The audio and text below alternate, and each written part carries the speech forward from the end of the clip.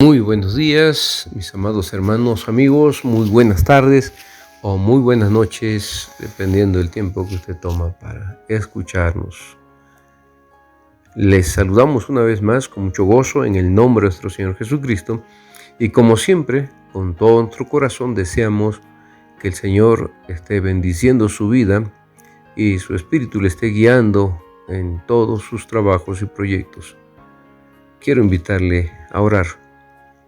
Padre bueno, en esta hora estamos tomando un tiempo para meditar en tu palabra, para escudriñar tu voluntad que se nos revela y también, Señor, pedimos nos permitas que todo lo aprendido sirva para vivir en esa experiencia que nos da tu palabra de la oración, este medio de gracia que nos has dejado tan eficaz y que también, Señor, reconocemos hemos descuidado o que tal vez no hemos experimentado en su poder y en su plenitud. Por eso rogamos que nos capacites, que nos ayudes a dar pasos para hacer uso de este medio de gracia como iglesia y poder así recibir todas tus bendiciones y todo lo que has preparado para tu iglesia. Esta gracia la rogamos, Padre bueno, en el nombre de nuestro Señor Jesucristo. Amén. Amigos hermanos, seguimos meditando sobre la unidad en la iglesia como requisito para que Dios conteste nuestras oraciones. El día de hoy vamos a seguir avanzando sobre este tema de la unidad, pero antes tenemos que hacer una aclaración o advertencia a todos aquellos que nos están escuchando.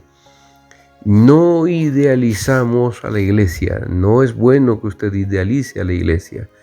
La iglesia misma se nos revela en sus fallas, en sus defectos, en sus muchas luchas, ya desde las cartas del apóstol San Pablo, por ejemplo, a la iglesia de Corinto. Él abre su carta diciendo a la iglesia de Dios, y así se dirigen sus dos cartas saludando a la iglesia de Dios que está en Corinto.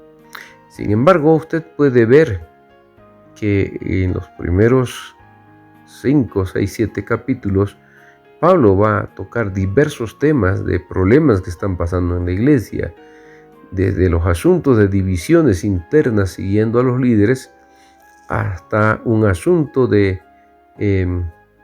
inmoralidad, incesto, de un hijo que se acuesta con la mujer de su padre, y temas de litigios entre hermanos, temas de problemas en el matrimonio, etc. Así que la Biblia no nos idealiza a la iglesia como una iglesia perfecta, pero sí nos declara qué debe ser la iglesia y que debe buscar cada miembro que la compone, porque el hecho de que nos revele las faltas, las luchas internas, no quiere decir que justifica, al contrario, no se justifica ninguna de estas cosas, sino vemos las formas en las cuales el apóstol San Pablo, guiado por el Espíritu Divino, abordó estas problemáticas, buscando siempre, conforme a la voluntad del Padre, que la iglesia saliera y dejara atrás su carnalidad, dejara atrás esa vida de pecado y se perfeccionara en la santidad día a día. Así que, pensando en esto, es que no idealizamos la iglesia. La iglesia está llena de gente pecadora que ha sido redimida por la gracia de Cristo y que está siendo perfeccionada en el Espíritu Divino y por la palabra santa. Así que esta aclaración la hacemos. ¿Qué hacer entonces cuando surge un problema? ¿Qué hacer cuando hay ofensas entre los hermanos? ¿Qué hacemos? Primero, Cristo nos afirmó la necesidad de mantener la unidad, pero también nos explicó cómo resolver los asuntos cuando hay ofensas entre hermanos. En Mateo capítulo 18, versos 15 al 22, se nos habla de cómo se debe perdonar al hermano. Así que el perdón va a ser un recurso eficaz.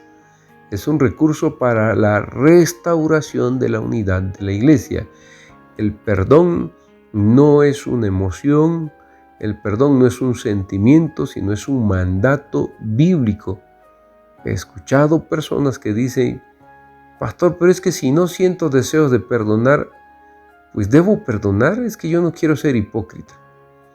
¿Cómo nos confundimos tan fácilmente? Dejamos que el diablo nos engañe y nos seduzca.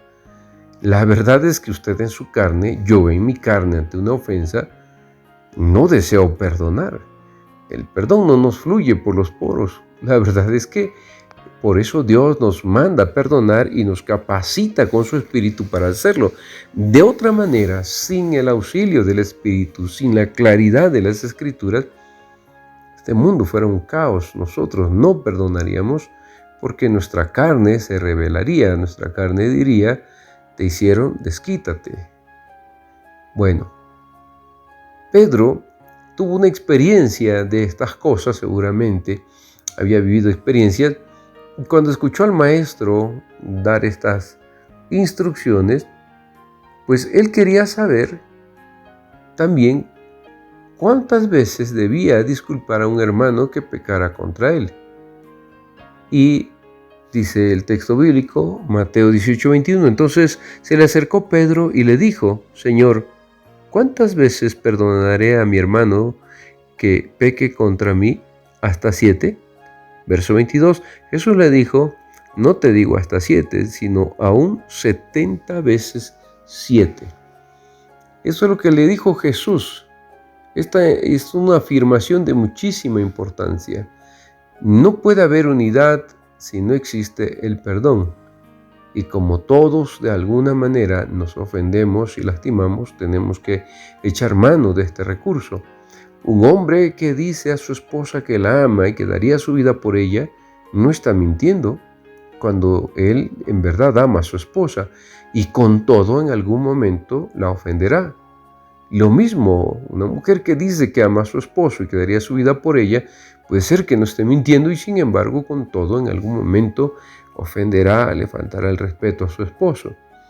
Así que tenemos un recurso llamado perdón para la restauración de las relaciones rotas, para que se quite esa ofensa cometida y se pueda levantar también de culpas.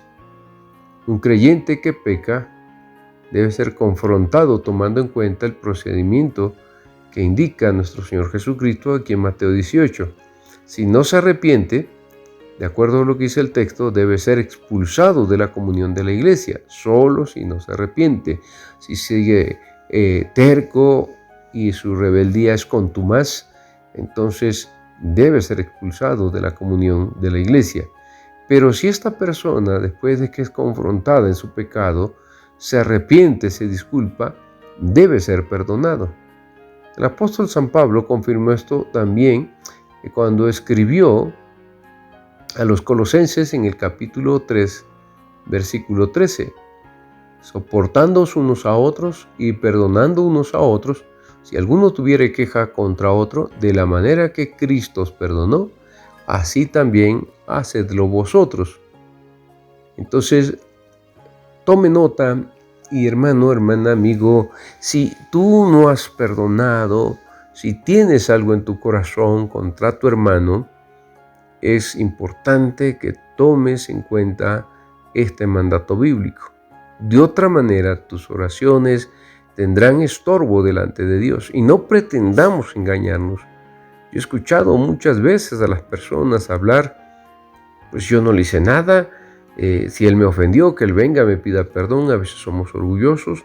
Y la segunda cosa, aun cuando a veces hay resentimiento, amargura de unos contra otros, podemos llegar hipócritamente al templo y decir: yo vine a ver a Dios, no vine a ver a los demás. Yo estoy bien con Dios, y nos autoengañamos.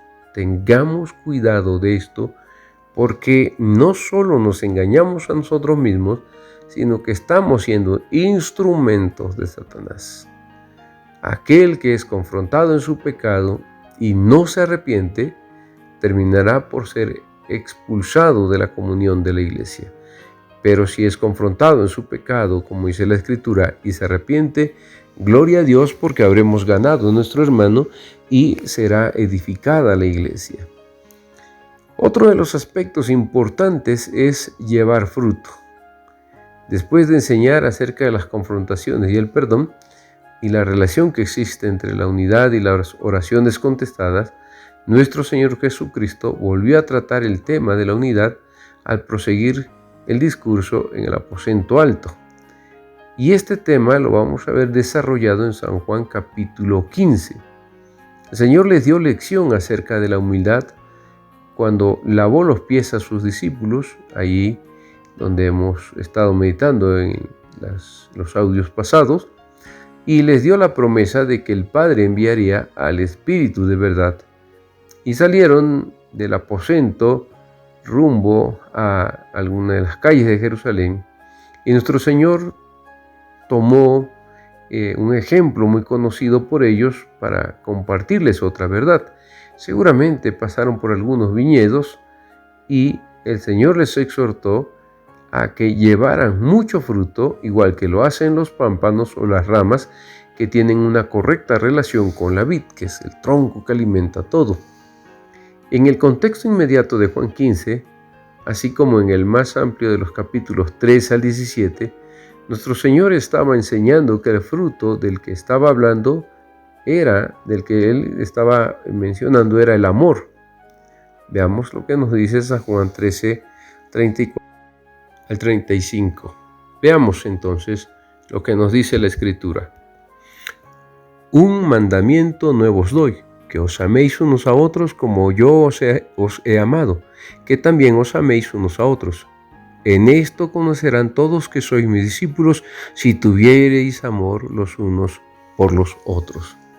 Y en San Juan 15, 9 al 12 también nos dice lo siguiente. Ahora sí, en esta parábola de la vid, dice lo siguiente: como el Padre me ha amado, así también yo os he amado, permaneced en mi amor. Si guardareis mis mandamientos, permaneceréis en mi amor, así como yo he guardado los mandamientos de mi Padre y permanezco en su amor. Estas cosas os he hablado para que mi gozo esté en vosotros y vuestro gozo sea cumplido.